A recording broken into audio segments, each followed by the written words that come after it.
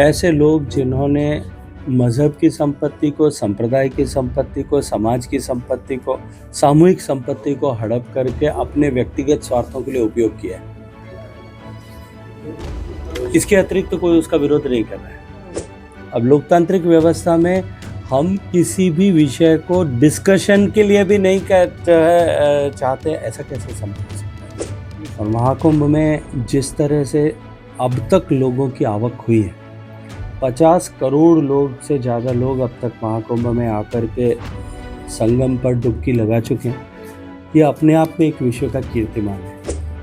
कि जिस बेहतर तरीके से कुंभ का आयोजन किया गया, पूरी दुनिया के प्रबंधन के क्षेत्र में काम करने वाले लोग, मनुष्यों के एकत्रीकरण जहाँ कहीं भी दुनिया में होता है उसका प्रबंधन करने वाले लोग आने वाले समय में इस महाकुंभ की व्यवस्थाओं को एक केस स्टडी मान करके इसकी पढ़ाई करेंगे, अध्ययन करेंगे। मुझे लगता है कि गहलोत साहब को तो फ़ोन टैपिंग के बारे में चर्चा करने का मॉरल अधिकार भी नहीं है। उनके ही व्यक्तिगत ओएसडी रहे श्री लोकेश शर्मा जी ने दिल्ली के न्यायालय में शपथ पूर्वक बयान रजिस्टर करके कहा है कि ये सारे जो है फ़ोन टैपिंग हुई थी, और फ़ोन टैपिंग के बाद में मुझे चीफ मिनिस्टर ने खुद उस फ़ोन टैपिंग को इलिजिटिमेट तरीके से हासिल करके और मुझे उसको लीक करने के लिए कहा। जिन लोगों ने इस तरह के पाप किए हैं वो अब दूसरों की तरफ जो है दृष्टि उठाकर ये देखें, मुझे लगता है उनको कोई अधिकार नहीं है। कोविड के समय में जब वैक्सीन बनी थी तब यही कांग्रेसी थे जो सारे इनके नेता सहित सब ये कह रहे थे कि ये वैक्सीन जो है ये भारतीय जनता पार्टी की वैक्सीन है, ये अनटेस्टेड वैक्सीन है, ये अनट्रस्टेड वैक्सीन है, और फिर अंधेरी रात में जाकर के सबने वैक्सीन लगाई। राजस्थान को राइजिंग करने वाला बजट होगा, राजस्थान को विकसित करने वाला बजट होगा। देखिए, विरोध सिर्फ वो लोग कर रहे हैं जिनको अपने आप को, ऐसे लोग जिन्होंने मज़हब की संपत्ति को, संप्रदाय की संपत्ति को, समाज की संपत्ति को, सामूहिक संपत्ति को हड़प करके अपने व्यक्तिगत स्वार्थों के लिए उपयोग किया है। इसके अतिरिक्त तो कोई उसका विरोध नहीं कर रहा है। विरोध करके वो समाज में जो सामाजिक ताना बाना है उसको डिस्टर्ब करने की कोशिश करने वाले लोग उसका विरोध कर रहे हैं। जॉइंट पार्लियामेंट्री कमेटी ने पूरे व्यापक अध्ययन के बाद, और जॉइंट पार्लियामेंट्री कमेटी किसी एक पार्टी के नहीं होते, वो संसद का मिनी कंपोजिशन है। उन्होंने पूरे डिस्कशन के बाद में उसको अपनी रिपोर्ट बनाई है, रिपोर्ट टेबल हुई है। लोकसभा में जब पास होने का विषय आएगा उस पर विचार विमर्श होगा, उस समय सबके पास में अपनी अपनी बात कहने का अधिकार होगा। अब लोकतांत्रिक व्यवस्था में हम किसी भी विषय को डिस्कशन के लिए भी नहीं चाहते, ऐसा कैसे संभव हो सकता है? ये सब जो है महाकुंभ को लेकर के आने वाले दिनों में 4 नए रिकॉर्ड भी बनने वाले हैं इतनी संख्या में, जिस तरह से क्या प्रत्येक दिन नया रिकॉर्ड बन रहा है, प्रत्येक दिन। और महाकुंभ में जिस तरह से अब तक लोगों की आवक हुई है, 50 करोड़ लोग से ज़्यादा लोग अब तक महाकुंभ में आकर के संगम पर डुबकी लगा चुके हैं। ये अपने आप में एक विश्व का कीर्तिमान है। और मैं पूरी जिम्मेदारी के साथ में ये कहता हूँ कि जिस बेहतर तरीके से कुंभ का आयोजन किया गया, पूरी दुनिया के प्रबंधन के क्षेत्र में काम करने वाले लोग, मनुष्यों के एकत्रीकरण जहाँ कहीं भी दुनिया में होता है उसका प्रबंधन करने वाले लोग आने वाले समय में इस महाकुंभ की व्यवस्थाओं को एक केस स्टडी मान करके इसकी पढ़ाई करेंगे, अध्ययन करेंगे। किरोड़ीलाल मीणा को लेकर के जिस तरह से फोन टेपिंग का मामला है, अशोक गहलोत लगातार आरोप लगा रहे हैं, आप इससे काफी,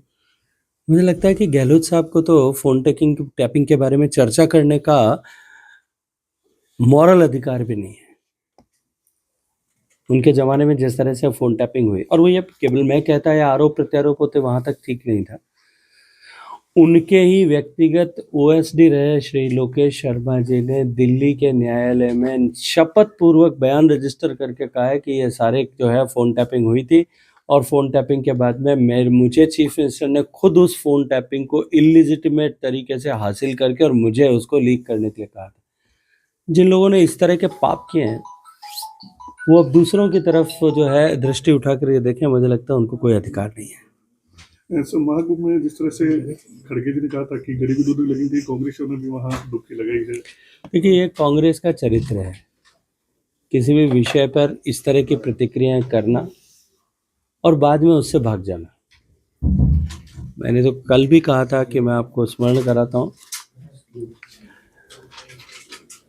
कोविड के समय में जब वैक्सीन बनी थी तब यही कांग्रेसी थे जो सारे